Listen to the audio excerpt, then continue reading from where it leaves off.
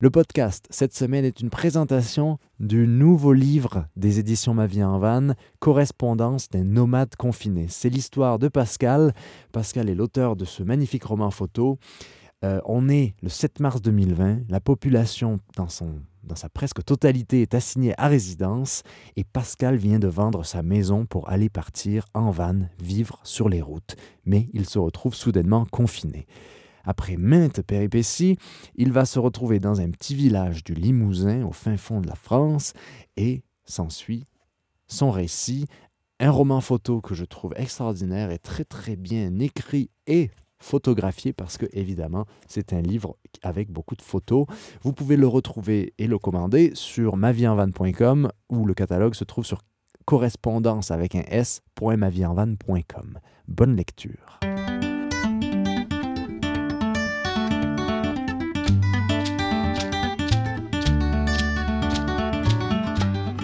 Bonjour et bienvenue dans un nouvel épisode du Show Nomade, le podcast 100% vie nomade, présenté par votre ami Florent et enregistré sur la route, en direct de mon petit campeur. Vous le savez maintenant, on se donne rendez-vous chaque semaine, tous les lundis, dans ce podcast pour parler de la vie nomade, de la vie simple, de la vie en van évidemment, mais aussi pour partager les histoires et les réalités d'autres personnes qui vivent de cette manière, mais aussi d'autres manières. Marcher pieds nus à travers l'Europe, jeûner et parcourir les montagnes du Yukon, mon invité cette semaine est l'un de ces personnages qui redéfinit les limites du corps humain et je vous invite à venir avec nous dans une discussion pour parler expédition nomade, alimentation et comment il est possible de réparer son corps avec son corps. Salut à tous, j'ai aujourd'hui avec moi Florian Gomet. Florian, c'est un aventurier contemporain. Sa dernière expédition, c'était de traverser l'Europe à pied et pieds nus. Donc c'est assez curieux pour le noter. Il a également marché à travers le Yukon sans manger et plein d'autres expéditions, mais j'étais très curieux de l'avoir à mes côtés pour en savoir plus sur ce qui l'anime et comme on dit en québécois, ce qui l'allume. Donc bonjour Florian, comment vas-tu? Bonjour, écoute, je vais bien. Ça fait à peu près une semaine que je suis rentré chez moi. Je prends mes repères, je me repose et voilà. Il y a beaucoup il y a beaucoup d'aspects très intéressants dans ce que tu fais, mais si on voulait résumer tout ça, ce serait un peu comme le corps comme remède, genre laisser son corps s'exprimer. Est-ce que c'est ça? Est-ce que j'ai bien compris? Eh bien, il y a une grande part de ça, effectivement. C'est-à-dire qu'on a totalement oublié qu'on avait un corps qui avait de grandes capacités. Et on a aussi complètement oublié qu'on pouvait communiquer avec son corps et que c'était un petit peu comme une antenne capable de nous donner et de recevoir des messages. Et donc, à travers ce voyage-là, en fait, c'était personnellement un cheminement pour réapprendre à utiliser ce corps d'une manière naturelle. Et puis, d'une autre manière aussi, c'était une façon de montrer à d'autres ce que l'on pouvait faire et essayer d'inspirer, d'initier un mouvement de retour au naturel. Il y a deux choses que je vois qui sont connectées, mais que je vois dans ce que tu fais. Donc, si tu pouvais nous en parler, il y a d'une part, je vois ce que tu fais comme le mouvement du corps, la marche pieds nus, le corps comme unique moteur de mouvement et de déplacement. Et il y a une autre partie qui est sur l'alimentation. Elle aussi qui est minimaliste puisque tu bases beaucoup de tes aventures sur soit des aliments crus ou carrément en jeûne, sans manger. Donc, comment est venue cette volonté de commencer ces aventures et quel parcours t'a amené là où tu es aujourd'hui? Eh bien, quand j'étais étudiant, je souhaitais devenir astrophysicien. Et puis après, le destin a fait que j'ai pas pu réaliser ce métier, mais j'ai toujours gardé en moi ce goût d'explorer. Et donc j'ai été amené à explorer les limites du corps humain, explorer la planète. Et ça fait 10 ans que je fais des expéditions et j'avais atteint une sorte de limite. C'est-à-dire que je comptais sur l'équipement, Ouais. sur les connaissances nutritionnelles conventionnelles. Et là, je me heurtais à un mur, je ne pouvais pas aller au-delà d'un certain point. Et c'est comme ça que j'ai été amené à m'intéresser à la marche, à la course pieds nus et à l'alimentation qu'on appelle l'alimentation vivante, c'est-à-dire exclusivement des fruits et des végétaux crus, parce qu'en fait, ça m'a permis d'aller au-delà de ce mur, parce qu'en fait, c'est ce qui est optimal pour le corps humain. C'était quoi ce Alors, mur dans un, Excuse-moi. eh bien, ce mur, pour moi, c'était les sciatiques, par exemple, voilà. Et L'inflammation. puis, voilà. Beaucoup de sciatique, de tendinite pendant les voyages. Et puis, psychologiquement, bah, certaines croyances limitantes qui m'empêchaient d'aller plus loin. Et en découvrant ce que l'on peut faire vraiment avec le corps, en essayant d'imaginer comment notre corps a évolué pendant des millions d'années, comment s'est structurée toute notre génétique, j'ai été amené à recréer artificiellement les conditions qui ont prévalu pendant des millions d'années à l'aube de l'humanité.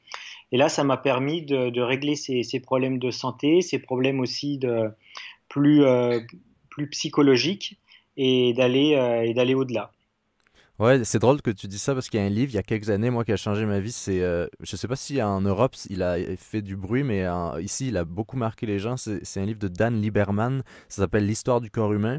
Et dans le fond, c'est vraiment ce que tu dis, c'est vraiment sur redécouvrir comment les humains premiers vivaient, c'est-à-dire certains mouraient très tôt, mais beaucoup n'avaient pas ces problèmes de dos, ces problèmes de plein de problèmes qu'on a aujourd'hui, des problèmes de l'humain moderne.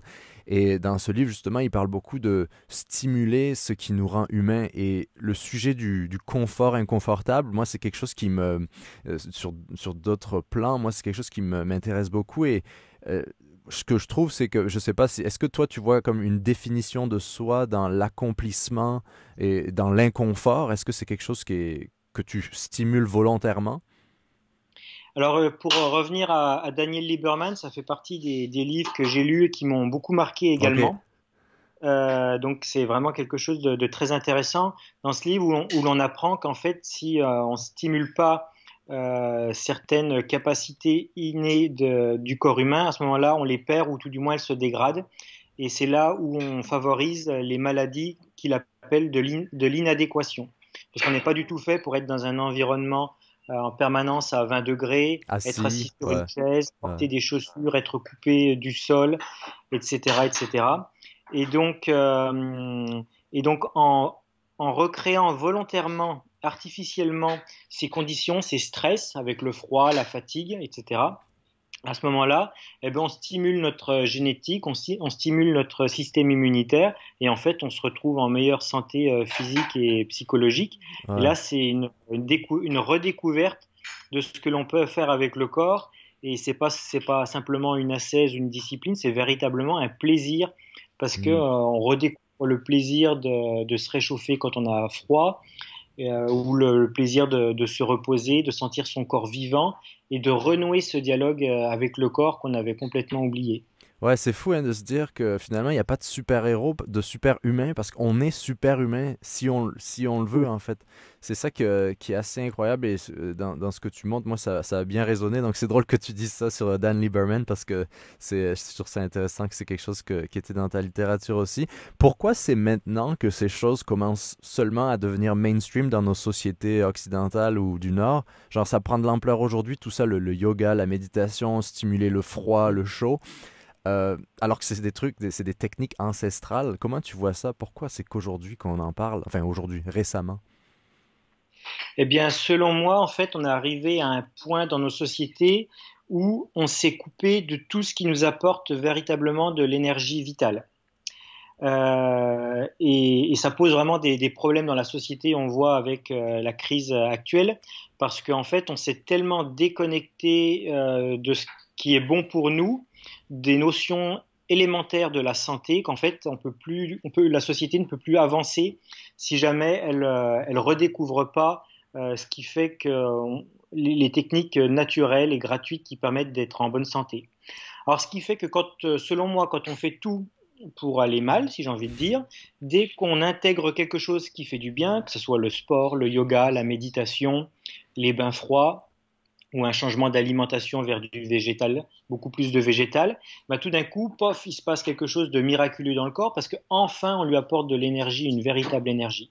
Donc, ça crée des révélations chez plein de personnes Et l'originalité de ma démarche, en fait, c'est de rechercher tout ce qui nous apporte de l'énergie vitale et de le tester dans le quotidien, et puis de se créer des routines pour avoir le plus d'énergie possible et se sentir le mieux possible. Justement, tu parles de routine et de discipline plutôt. Est-ce qu'il y a un moment dans ta vie où tu t'es dit tu t'es consciemment dit que chaque jour, tu allais faire en sorte de vivre de cette manière, genre marcher un minimum, avoir un rythme de méditation ou quoi?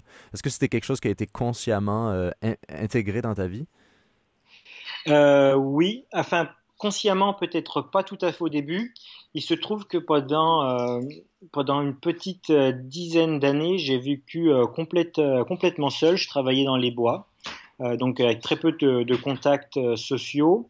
Et puis, j'étais célibataire. Et donc, le fait de vivre seul, ça me privait forcément d'une part de choses élémentaires pour de l'humain. Et donc, j'ai compensé par toutes sortes de techniques, le contact avec la nature, le bénéfice de l'activité physique, du froid, du yoga, de la méditation, des respirations. Et donc, en fait, ça m'a permis vraiment de mesurer à quel point ça pouvait nous apporter des choses élémentaires. Et donc, j'ai utilisé au départ ces techniques tout simplement pour me sentir bien, pour compenser la solitude, c'est-à-dire le manque de contact humain que j'ai eu pendant une certaine période de ma vie. Et puis ensuite, avec les voyages que j'ai faits, l'intérêt que ça a présenté pour un certain nombre de personnes, les livres, les films, tout ça, ma vie a beaucoup changé.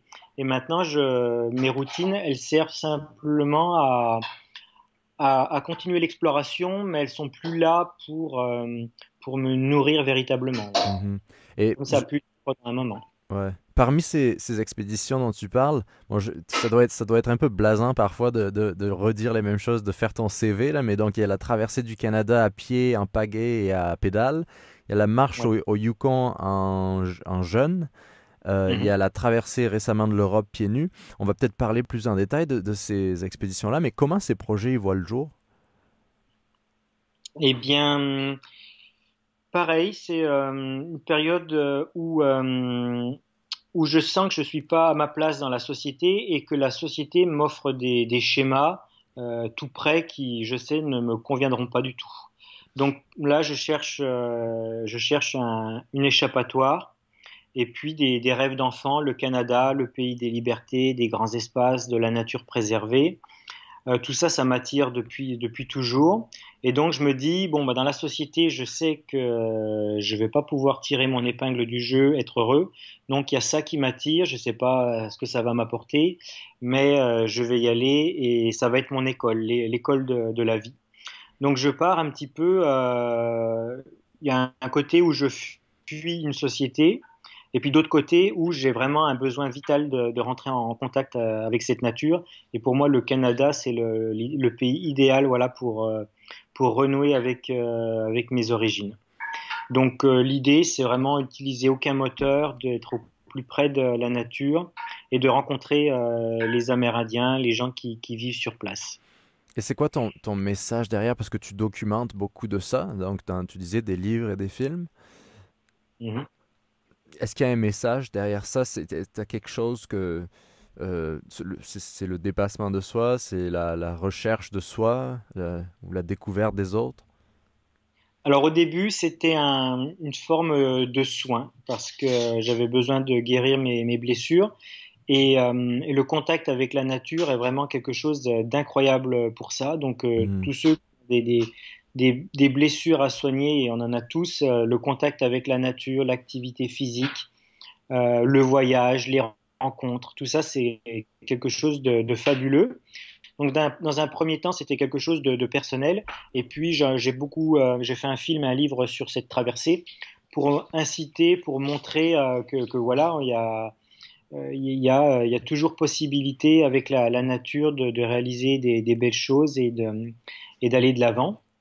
Et puis au fur et à mesure, mon cheminement s'est transformé, surtout quand j'ai traversé le Yukon sans manger. Là, c'était aussi pour moi. Il y a toujours une part personnelle dans mes voyages. Là, c'était pour nettoyer mon corps, faire un jeûne long.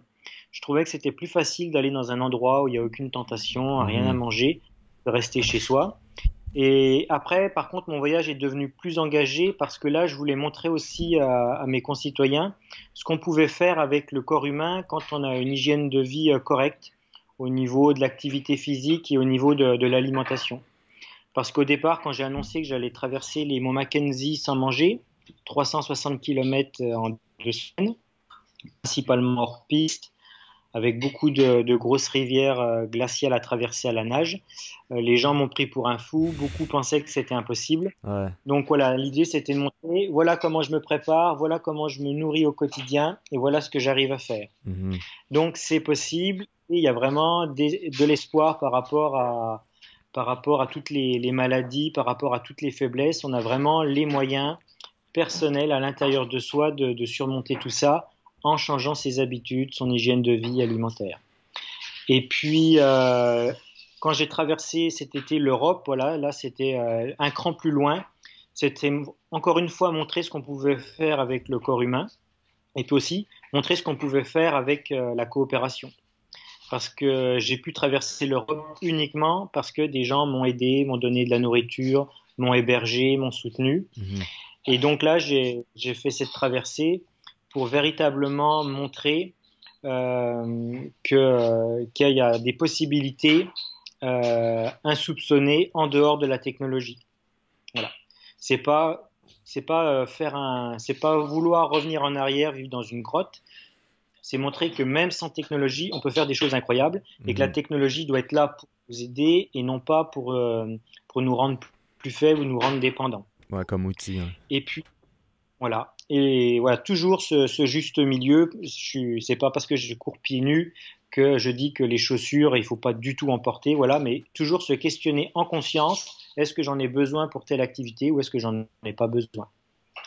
Et le message aussi derrière tout ça qui est très important pour moi par rapport à la santé, c'est que je voulais montrer que l'état naturel pour le corps humain, ça c'est une théorie que je m'apprête à démontrer dans un autre voyage, c'est que l'état naturel pour tout être vivant, c'est la santé et qu'il ne peut y avoir une maladie que dans un corps empoisonné, Mhm. que ce soit par l'alimentation ou la nourriture.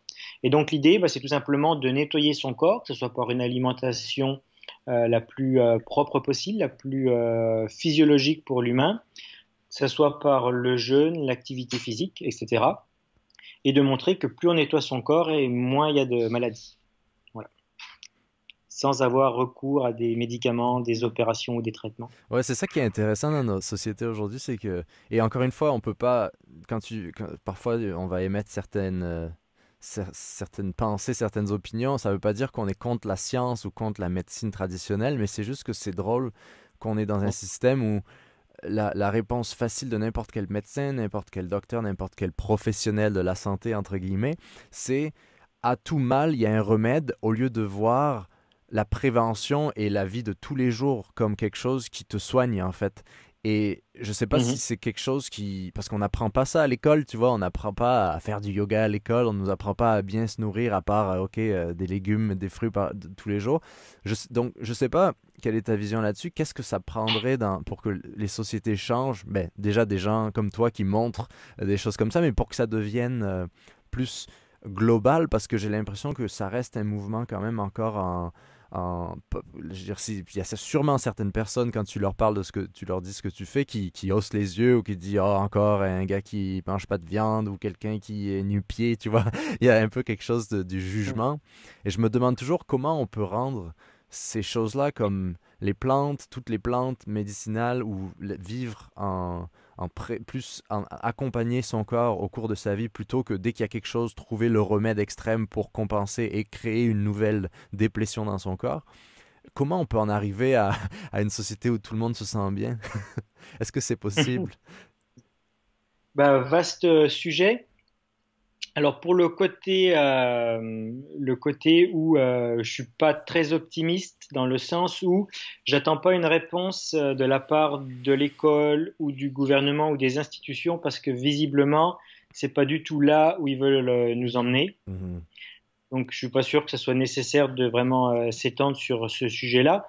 Mais sinon, pour populariser, remontrer à la population qu'il y a vraiment d'autres moyens d'être en bonne santé naturellement, Mhm. eh bien, je crois qu'on est de plus en plus nombreux à travailler sur ce sujet-là. Il y a des maîtres, il y a des voyageurs comme moi, il y a des enseignants, des associations, il y a des livres, il y a des films.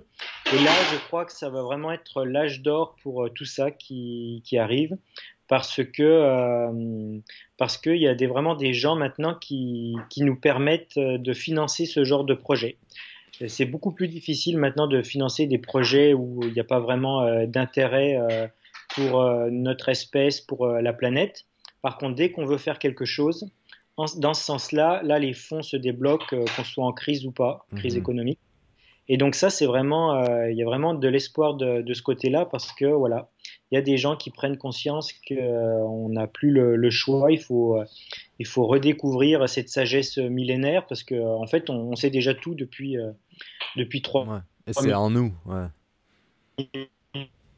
ans. Hein. Hippocrate, c'est la cause des causes, que l'aliment, en fait, on sait déjà tout. C'est simplement qu'on est allé tellement loin dans notre mental, dans une société basée sur les, Indu- les connaissances et non pas le savoir, voilà, une société et qui font qu'on industrielle, ouais. on s'est égaré dans le sens où on a tout misé sur le mental et on a complètement oublié le corps et l'humain. Mhm. Voilà. Et pour revenir sur le jeûne, ou non, pas le jeûne, plus les différents régimes alimentaires, il y a une question que moi qui m'intéresse, c'est je sais que tu as passé l'hiver, je crois, hein, au Yukon avant de finir ta traversée du Canada. Et 5 mois. 5 mois, c'est ça. Et donc, quand on est crudivore et végétalien dans un pays nordique ou dans un endroit dans le nord, il y a quelque chose qui est par rapport au gras, par rapport aux aliments, d'où les aliments proviennent. Comment tu as vécu ça et est-ce que c'est possible quand même de continuer à avoir ce régime alimentaire-là qui n'est pas nécessairement, je dirais pas adapté, mais qui peut parfois être contre-intuitif quand on vit dans un pays très froid l'hiver où les gras sont importants? Alors effectivement, quand on vit vraiment à des hautes latitudes, ça paraît plus naturel de s'alimenter avec des viandes et des poissons. Seulement, ce que j'ai pu observer, c'est qu'en fait, les personnes qui vivent là-bas, la chasse et la pêche sont devenues relativement occasionnelles, et même si elles continuent, d'un point de vue traditionnel, à manger toujours beaucoup de poissons et de viande, en fait, ça provient très peu de la pêche et de la chasse, quoi. C'est beaucoup de porc, de volailles, donc de viande importée. Ah, devient. Ok, Donc en fait, ok. donc déjà d'un point de vue éthique, pardon, j'avais pas vraiment de scrupules à manger des fruits et des légumes qui eux Mhm. aussi Ils étaient viennent du importés, Mexique, voilà. quoi. Donc ça, c'était donc ça, c'était une première chose. Et puis la deuxième, bah, en fait, c'est que selon ce que j'ai pu lire, ce que j'ai pu expérimenter, tout ça, pour moi, nous sommes à la base des cueilleurs et non pas des cueilleurs-chasseurs, même si on l'est devenu par la suite. Et donc, on a vraiment un système digestif fait pour les fruits et les légumes. Mhm. Et donc, du moment, même si on se trouve dans un milieu très froid, loin d'où les primates vivent habituellement, si on donne la nourriture optimale, ben, il va quand même avoir une réponse optimale, même dans un milieu très froid. Et donc, effectivement, on va consommer plus de graisses comme les oléagineux Mhm. ou les avocats. Mais en tout cas, ça m'a permis, même avec le gras végétal, de très bien affronter le froid canadien, même par des températures de moins 40. Et à ce sujet, j'ai une petite anecdote à donner. C'était pas seulement par rapport à mon alimentation, c'était par rapport aussi au fait que je marchais pieds nus. Euh, la première hiver donc que j'ai connu, le vrai hiver canadien, j'avais passé tout l'été quasiment pieds nus à marcher dans la forêt ou à Ah, être pieds nus dans mon sac. Et en fait, dès que je mettais des chaussures, je transpirais beaucoup. Et donc le premier hiver, j'avais des chaussures que j'avais récupérées à Norman Wells qui n'étaient pas très performantes. Et je mettais pas de chaussettes dedans parce que sinon je transpirais, même quand il faisait très froid. Et tous les gens que je connaissais autour de moi à Norman Wells avaient tous froid aux pieds et se demandaient comment moi je pouvais faire, Mhm. qui n'avaient jamais connu d'hiver canadien et qui mangeaient que des fruits et des végétaux crus pour ne pas avoir froid aux pieds, quoi. Donc voilà, c'était pour illustrer que mon corps s'était vraiment très bien adapté au froid, même avec Ouais. des végétaux crus. Ouais, mais parce que c'est ça la question, c'est ça que c'est possible de le faire, mais moi, il y a toujours ces deux côtés, il y a le côté éthique, tu vois, et le côté ben, que toi qui est important pour toi en termes de santé, et par rapport aux noix, par rapport aux avocats et tout ça, ben évidemment, si tu es quelqu'un qui vit dans le nord, tu vas moins avoir accès à, à tous ces fruits exotiques et tout ça. Donc c'est pour ça un peu le dilemme de Mhm. celui qui veut vivre de cette manière aujourd'hui. Je crois que c'est un peu là et je pense qu'il n'y a pas vraiment de bonne solution hein, en fait. Hein. C'est aussi comment nous on conçoit ce qu'on veut faire. Mais c'est un sujet que je trouve intéressant et c'est pour ça que je voulais te demander, je te posais la question. Et dans ton Yukon en jeûne à pied, dans le Mhm. jeûne, il y a une partie un peu psychédélique du jeûne qui est un peu comme une expérience qui va au-delà du corps. Et au Yukon particulièrement avec la vie sauvage, les grizzlies, enfin tout ce qui t'entoure, tu vas faire. Est-ce que tu t'es senti, tu as eu une période d'adaptation ou comment tu as vécu ce jeûne-là? J'imagine que tu étais quelqu'un qui faisait des jeûnes déjà par le passé parce qu'on se lance pas dans... Ça pourrait paraître un peu bizarre de se dire ah, je vais marcher et faire un jeûne, tu vois, parce que comment on le vit ça? C'est quoi les conseils de quelqu'un qui l'a fait? Eh bien, ça va beaucoup te surprendre, je pense, mais mon plus long jeûne avant d'aller marcher dans le Yukon sans manger, c'était seulement 4 jours. Ok. Voilà. Parce qu'en fait, bah, c'est assez difficile de. Je suis pas un bon jeûneur, donc c'était assez difficile pour moi de rester chez moi. Il y avait les tentations et Ouais, tout. Et donc, je me suis dit, aller dans un endroit sauvage où il y a rien à manger, c'était l'endroit parfait pour faire un jeûne. mhm, Et donc, je me suis préparé à fond physiquement. J'ai vraiment tout misé là-dessus pour que mon corps soit vraiment entraîné à marcher toute la journée ouais. et qu'il n'y ait pas de soucis de ce côté-là. Et puis, je sais pas, il y avait à chaque fois que je fais quelque chose, un voyage comme ça, je suis vraiment guidé par mon intuition et je savais que ça allait bien se passer. Donc, c'est aussi pour ça que j'ai fait ça, même si ça pouvait paraître un peu osé. Tout le monde me disait, fais ça au moins sur une semaine avant pour Ouais. voir comment ça se passe. Mais je me disais en moi-même, si je le fais déjà sur une semaine, pourquoi arrêter, quoi? Je veux Mhm. pas faire le travail à moitié pour le reprendre derrière. C'était combien de jours Donc, alors ce jeûne et cette marche, le Mont Mackenzie? c'était 14 jours, voilà. 2 semaines, ok. Et voilà. En fait, ce qui m'a beaucoup aidé, c'est en fait, c'est la beauté de cette région, le fait qu'elle soit préservée, les montagnes, les forêts, les animaux, Mhm, les rivières, tout ça, ça dégage une telle puissance. Alors, ça peut paraître abstrait comme ça, mais quand on est dedans, pour moi, c'était un véritable sanctuaire. mhm. Et c'était vraiment la dernière chose à laquelle j'aurais pensé tellement c'était beau, quoi. Ouais. C'était comme si je voulais être propre pour être accueilli par les esprits des lieux Ouais. et véritablement j'ai vraiment été aidé parce que j'ai connu aucun moment de faiblesse Ah ouais. pendant Parce que 14 jours. Ouais, parce que quand t'es en jeûne, enfin, parfois, enfin, moi, les périodes de jeûne que j'ai essayé, souvent au bout du quatrième jour, tu penses qu'à manger. Certains disent que c'est ça qui est difficile, c'est le moment où il faut passer. Alors que c'est vrai que c'est une bonne. J'imagine que de s'oublier dans la nature, c'est peut-être finalement la seule chose qui puisse fonctionner avec un long jeûne comme ça. Oui, là, on sous-estime à quel point une nature vierge est pourvoyeuse d'énergie, Mhm. peut nous aider, soigner. Et puis aussi, il y a une petite astuce pour que le jeûne soit plus facile, c'est de prendre une purge pour vider les intestins. Mhm. Ça change beaucoup de choses. Ouais. Voilà. Étais-tu quelqu'un qui avait des peurs par le passé avant de commencer tout ça? Parce que aller dans le Yukon tout seul, marcher pieds nus et être dans une expérience du jeûne qui peut amener, on est un peu une autre personne aussi quand on est en jeûne. Et donc Mhm. ça peut avoir certaines implications, mais par le passé, avant de faire toutes ces aventures, est-ce que la peur, c'était quelque chose que tu avais et que tu as travaillé dessus ou tu n'as jamais vraiment eu des peurs infondées? Ouais, je me qualifierais quand même un enfant qui était plutôt peureux. J'avais pas de psychose ou de phobie, mais j'étais plutôt craintif. J'ai jamais pris de risques inutiles. Mhm. Et puis, j'ai été amené, comme on l'a dit, à faire des choses plutôt dangereuses, à risquer plein de fois ma vie, parce qu'en fait, il y a eu un moment dans ma vie où je me suis mis vraiment à croire à mes intuitions.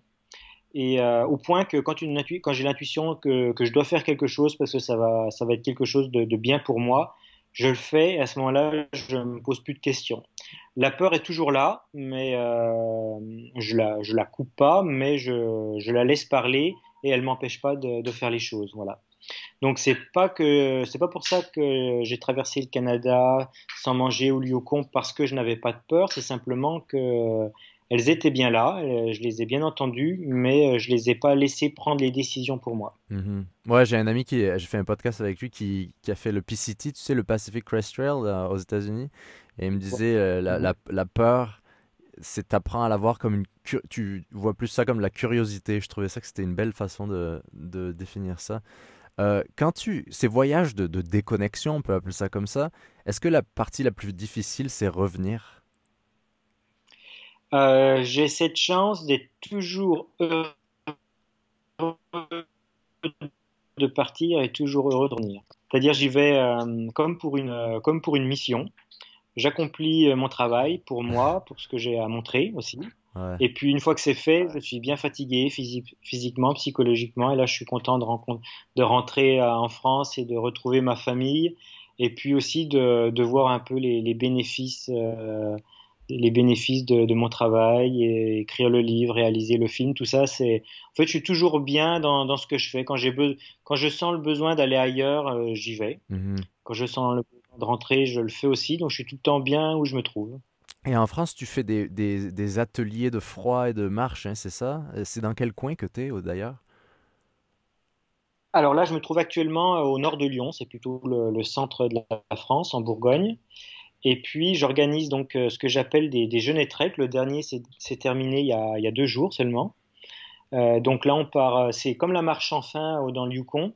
Je pars avec un groupe, une quinzaine de personnes, et on marche une semaine sans manger dans la forêt et on campe on a tout ce qu'il faut dans le sac. Et donc comme ça me fait une sorte d'hygiène, une routine, 2 fois par an, 2 fois une semaine. Et ça me permet voilà, d'entretenir mon corps au changement de saison. Ça me fait beaucoup de bien sur tous les plans. Et puis à côté de ça, j'organise des stages qu'on appelle de reconnexion à la vie avec ma compagne, où on aide les personnes à changer d'hygiène de vie, changer d'alimentation, Mhm. et on leur montre ce qu'on peut faire avec la méditation, le yoga, les respirations conscientes, les bains froids, le développement personnel, la sylvothérapie, la cuisine végétale crue qu'on appelle la cuisine. On fait des ateliers théoriques, des ateliers pratiques, des massages, enfin voilà, on fait beaucoup de choses. Wow. Et ça, Tout ce qui apporte au corps de l'énergie vitale. ouais. Et ça, tout ça, les gens qui sont intéressés, ils peuvent voir ça sur ton site, hein, c'est ça? Oui, c'est ça, floriangomet.com, Ok. il y a toutes les adresses pour se renseigner sur les stages. Mm. C'est quoi la chose la plus difficile dans toutes tes grandes aventures que tu trouves? Eh bien, même si j'en parle relativement peu, je dirais qu'il y a beaucoup d'épreuves douloureuses, que ce soit physiquement, psychologiquement. Ça demande énormément d'énergie, énormément de fatigue. Et donc, c'est ça qui, pendant les voyages, peut être pesant. C'est-à-dire Mhm. j'arrive à faire de belles choses, et les gens, ça leur donne envie, mais derrière, il y a une somme de travail et de douleur qui est absolument considérable. Et je crois que pour faire ce genre de choses, il faut avoir la capacité d'oublier très vite les moments difficiles. Voilà. Et j'ai cette faculté, voilà, une fois que c'est fait, j'ai oublié, après je peux recommencer parce que je passe à autre chose. Du moment que ça m'a apporté des choses positives, Ouais. pour moi l'expérience est concluante et j'oublie les moments difficiles. Mais ceci dit, je distingue bien la douleur et la souffrance, c'est-à-dire qu'il y a des moments douloureux, mais il n'y a pas de souffrance. C'est la souffrance, c'est quand on n'accepte pas ce qui nous arrive, Mhm. et moi je le choisis. Voilà. C'est comme quand je marche ou que je cours pieds nus, je peux avoir mal aux pieds, mais je l'ai choisi. Donc ça fait une différence énorme. Ouais, c'est intéressant ça, hein, comment le corps humain, encore une fois, quand tu rejettes quelque chose, c'est ça la souffrance, c'est tu vas vraiment souffrir. Mais c'est là où le cerveau ou l'esprit est vraiment fort et solide parce que tout est possible finalement. Ça te paraît un peu bateau de dire ça, mais je crois que c'est ce que tu essaies de montrer aussi avec tes expéditions pour ensuite les transférer à une vie plus quotidienne et des gens plus normaux, entre guillemets. Mais c'est quelque chose d'assez difficile à... Ben, il n'y a rien à expliquer, mais ouais, c'est en nous et c'est ça qui est beau. Ouais. Ouais. D'un point de vue spirituel, ça peut sembler un petit peu bizarre, mais c'est quelque chose dans lequel je crois profondément, c'est qu'en fait, on est sur Terre pour réaliser que tout est possible. Et en fait, il suffit de le croire, Mhm. de le croire vraiment. Et ça peut paraître un peu mystérieux ou un petit peu des paroles en l'air, mais je crois que c'est vraiment Ouais. une des réalités profondes des lois de l'univers.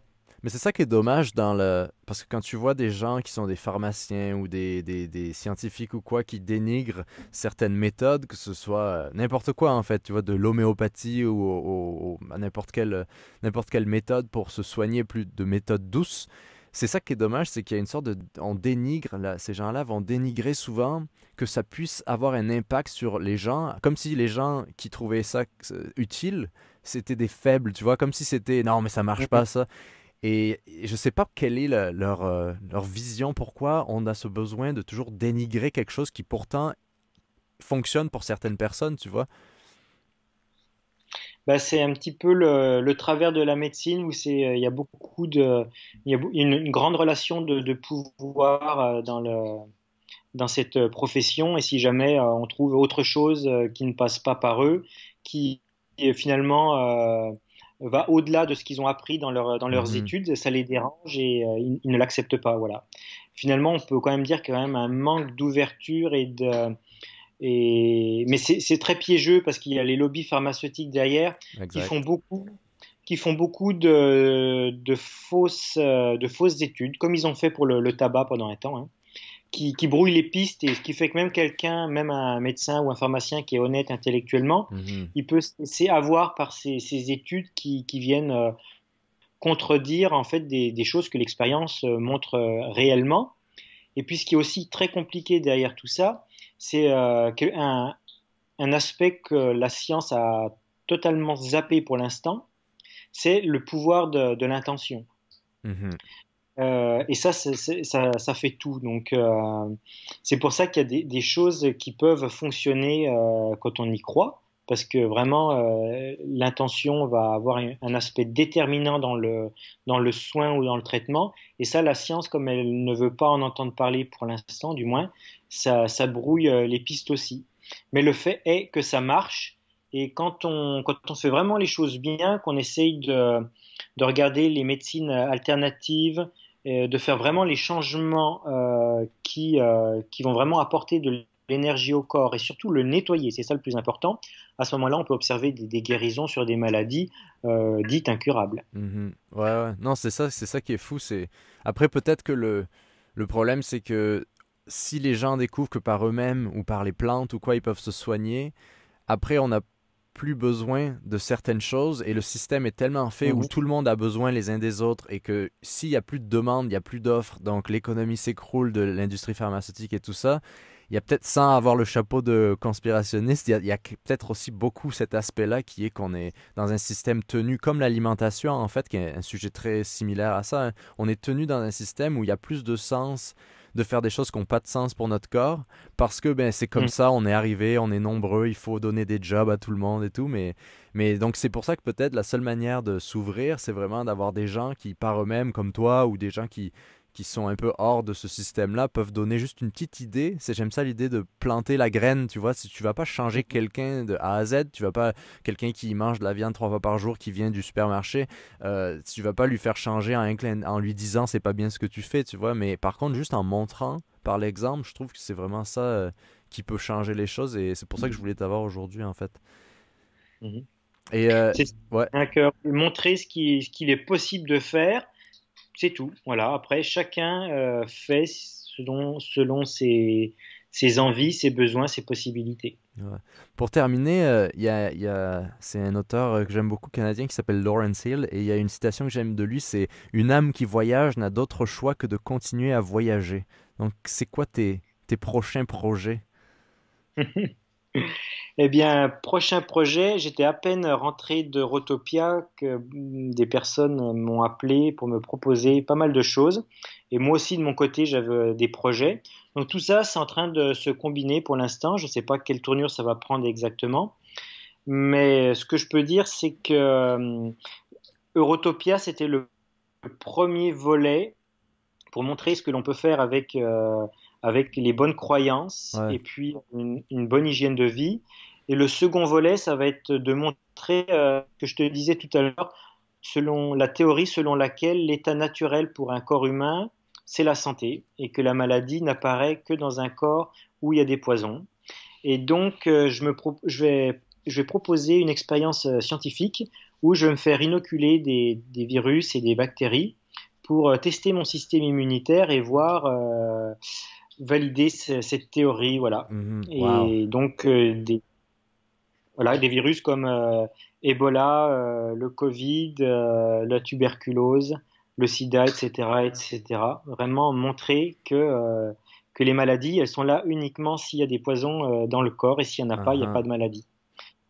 Donc ça, c'est quelque chose qui me tient à cœur et c'est une idée qui est née pendant le confinement qu'il y a eu en France. Je me suis dit, c'est quelque chose, une réaction tellement contre-naturelle Ouais. et qui va vraiment contre nos intérêts pour notre espèce que je me suis dit, j'ai ressenti le besoin de faire quelque chose qui montre un autre son de cloche. Et puis, donc, il y avait ce projet-là auquel je réfléchis depuis un petit moment déjà.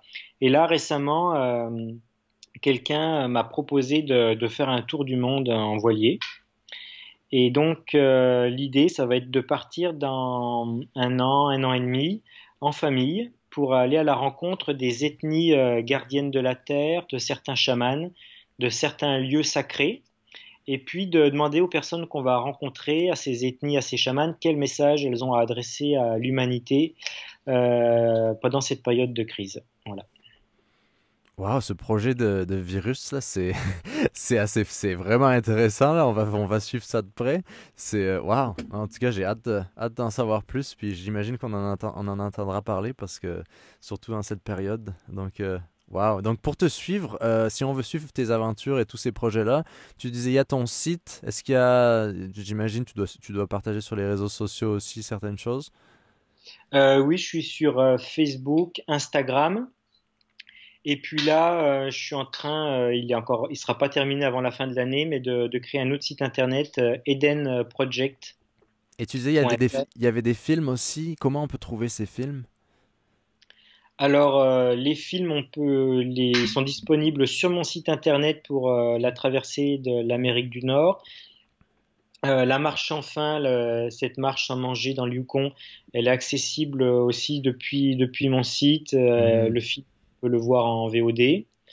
Et la traversée de l'Europe qui s'appelle L'Empreinte, normalement devrait sortir au cinéma en fin d'année et être disponible en début d'année prochaine, je pense, en VOD également. Pour ces projets, tu te filmes ou t'as quelqu'un qui te suit? Comment tu fonctionnes dans la production de ces films-là? Alors, je suis avec une caméra en permanence avec moi que j'utilise quand je suis seul. Et Mhm. il y a des points où l'équipe de réalisation arrive régulièrement pour l'empreinte. C'était 5 fois au cours de la traversée de l'Europe. Et donc là, ils font vraiment des images qualité professionnelle. Et puis qui se mixent avec mes images plus amateurs, Ouais. une petite caméra embarquée. Voilà. Donc c'est toi qui réalises ces films-là ou c'est la société de production qui s'en occupe? C'est la société de production. Voilà, Ok, ouais. Au moins t'as pas ce stress-là à t'occuper de ton histoire, tu la racontes avec non, non, je tes pourrais actions. pas. Voilà. Je Excellent. m'occupe uniquement du livre et c'est bien assez de travail pour moi. Voilà. Ouais, les livres, t'en as combien? C'est quoi? C'est pareil aussi? Alors j'ai écrit 4 livres, 3 livres d'aventure, un livre sur la santé où j'explique comment avoir des activités, une hygiène qui apporte de l'énergie vitale et être en bonne santé. Et puis le cinquième, voilà, ça va être l'empreinte, la traversée de l'Europe, qui devrait être prêt pour la fin de l'hiver en 2021. Ok, et puis on peut trouver ça sur ton site aussi. Voilà, tout sur floriangomet.com. Excellent. Et le mieux, c'est de s'abonner à la newsletter. Comme ça, les personnes sont averties à chaque fois que quelque chose est prêt. Super. Bon, ben merci Florian, on va te suivre de près pour ces prochaines aventures. Et je suis sûr qu'il y a Merci beaucoup à de... toi de Ouais. m'avoir proposé de parler, de m'avoir donné la parole. Ouais, non, je suis sûr qu'il y aura beaucoup de gens qui vont se retrouver dans ce que tu dis et seront inspirés. Donc, c'est ça qui est, c'est tout, c'est ça que j'aime faire. Donc, c'est super agréable. Ben, on te souhaite bonne continuation. Il n'y a rien d'autre qu'on peut te souhaiter, hein. Si on peut te Ouais, souhaiter quelque merci chose, beaucoup. qu'est-ce que tu veux qu'on te souhaite? De la chance. Ah, ok. C'est Non, toujours la bon à chance avoir. n'existe pas, mais voilà, beaucoup d'amour. Excellent, excellent. Bon, ben, merci Florian, puis à une prochaine. Voilà, j'embrasse tous les auditeurs et un hug particulier aux Canadiens qui m'ont bien marqué pendant mon voyage et que j'affectionne beaucoup. Ah, ben, excellent. Nickel. Super. Bon, ben, porte-toi bien. Bah toi aussi, à bientôt, j'espère, Florent. Salut, à la prochaine. Ciao. Salut, merci.